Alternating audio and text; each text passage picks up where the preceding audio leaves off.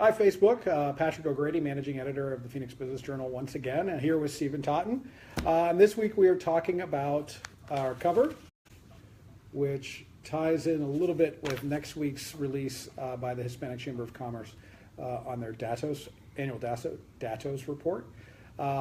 This week, Steven took a look at how local businesses are working to garner more Hispanic customers and kind of the good ways to do it and the not so good ways to do it.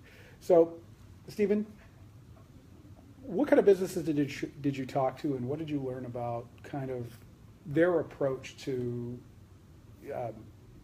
drawing in Hispanic customers?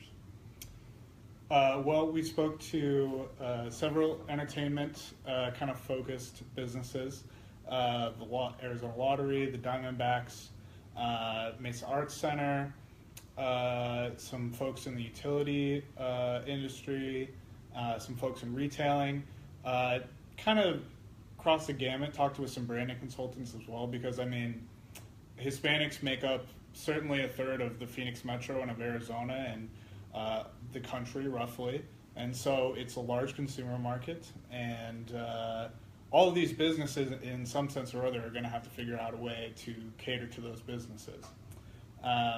And what we found is, over the years, brand identity is super important, not only with companies but with people, and it's not so much about what you're selling as so much as why you're selling it or what your story is behind why you're selling it. So that plays really well into trying to cater to an ethnic market or demographic such as the Hispanic consumer. And some companies are doing it really well, and others kind of need a little wake up to understand that. When you talk to some of these, obviously, if you look at our cover, a lot of the shops that we had were of the Arizona Diamondbacks, and they do an annual day for Hispanics at towards the end of the season, but they go all out. What did you find that is successful about these businesses that are having good luck with reaching out to Hispanic consumers?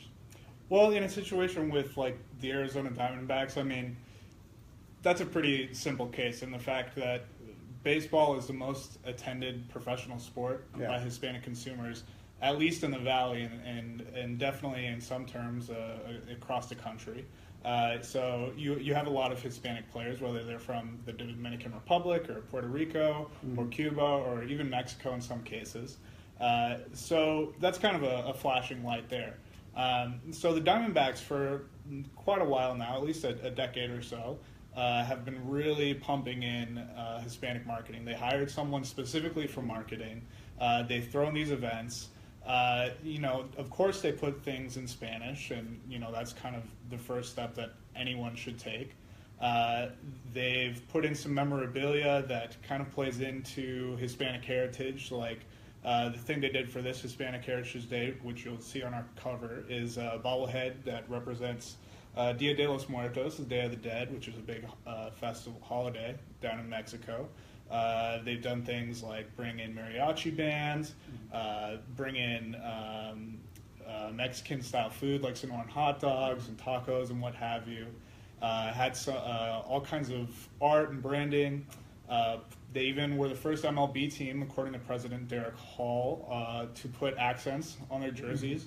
So it's a lot of these little things that come together, and it's paid off for them. I mean, without the Hispanic consumer, their attendance would certainly be drastically lower. Right. So what do companies do that is not great for reaching out to the Hispanic consumers? Sure. So kind of what I mentioned earlier is translating things into Spanish. That is certainly a primary approach, but that is not, you can't be done with that. Right. You can't just say, we're here, this same message we did in English as in Spanish, and now we're attracting the Hispanic There's consumer. no cultural reference point. There's nothing. It's just, hey, here's a marketing message for you in a different language. Precisely, and that is for most companies, unless you're like an airport or a utility company where that's really you're just trying to get your message across rather than trying to promote a certain product. That's fine. But for most companies, if you're just translating something in Spanish, it's pretty lazy attempt to get the Hispanic consumer. Right. Yeah, and we pulled some of the data out from the Datos report that kind of reflects, what draws in Hispanic consumers and how much they're spending, and it's a lot of money. What was it? Was it $51 billion this year in Arizona? I believe it's projected to hit $51 billion in the next few years, and okay. I mean, that's a lot of money. That's almost 3 times what our tourism industry makes a year for the economic impact in Arizona. So it's certainly a demographic that people need to be paying attention to. Right. It's not something businesses can sleep on at all. And even when you're looking at whether it's business to consumer or business to business, I mean, there are a lot of opportunities kind of cross-culturally both ways just within this state. We're not even talking about importing or exporting anything. This is businesses that are here now and that are looking at different ways to reach different consumers. So that was Haley Ringel, who just appeared behind us. It's always nice when we have a glass wall. Was there anything else? Was there anything that surprised you when you were reporting on this one? Well, I thought it was pretty poignant what I heard about the Spanish translation, and that's kind of like a lazy approach. Yeah. One thing that I think is worth mentioning, though, was a larger national company, and that was MAC Cosmetics. Right. And so MAC Cosmetics is, out of all of like the makeup and self-care brands, that's the one Hispanics buy from the most, according to the Datos study. And Hispanics spend a lot into increasing makeup and self-care sales. At some points, even more so than the white consumer. So you'd think a company like MAC Cosmetics would say, hey, let's do some stuff to reach to this consumer who's clearly spending a bunch of money in our business. But it actually took a Change.org, an online petition, to get them to wake up. So apparently last year someone did a Change.org petition to tell MAC Cosmetics, hey, you should make a makeup line in dedication to Selena, who's the famous Tejano singer from the 90s. They did that movie about her with J-Lo.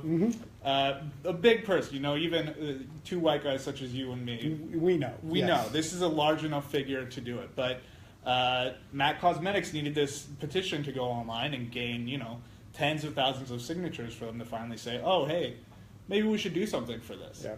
Eventually they did come up with the makeup line and they released it. And here in Arizona, the entire line, as soon as the day it was released, it sold out within 48 hours. Yeah. At Fashion Square itself, at the MAC location they have there, Scottsdale, mind you, very wealthy, high market Scottsdale, the brand sold out within 23 minutes. That's a pretty good move, yeah. Pretty good move, yes. This is not in parts of the valley that we consider to have a higher demographic of Hispanics, such as West Phoenix or South Phoenix or Mesa. This was Scottsdale, and it sold out in 23 minutes. And I mean, that's a pretty big sign that this was beneficial to them, and maybe they should have acted upon it sooner. Right. Yeah, if you present products to a different group, the groups respond. It's amazing how that works for business. Who would have thought? Who would have thought? All right, well, listen, that's all we have for today. But just a reminder that there is some information in here from the Arizona Hispanic Chamber of Commerce. They're releasing their Datos report next week. If you haven't seen it or haven't seen the event, I encourage you to take a look at it. There's a ton of data, particularly for business owners, on the Arizona Hispanic community and what makes it in our story, we called it a sleeping giant, and it really is. And if you're not paying attention now, it's just gonna pass you by. So that's it for today. We'll probably see you again next week. Thanks a lot.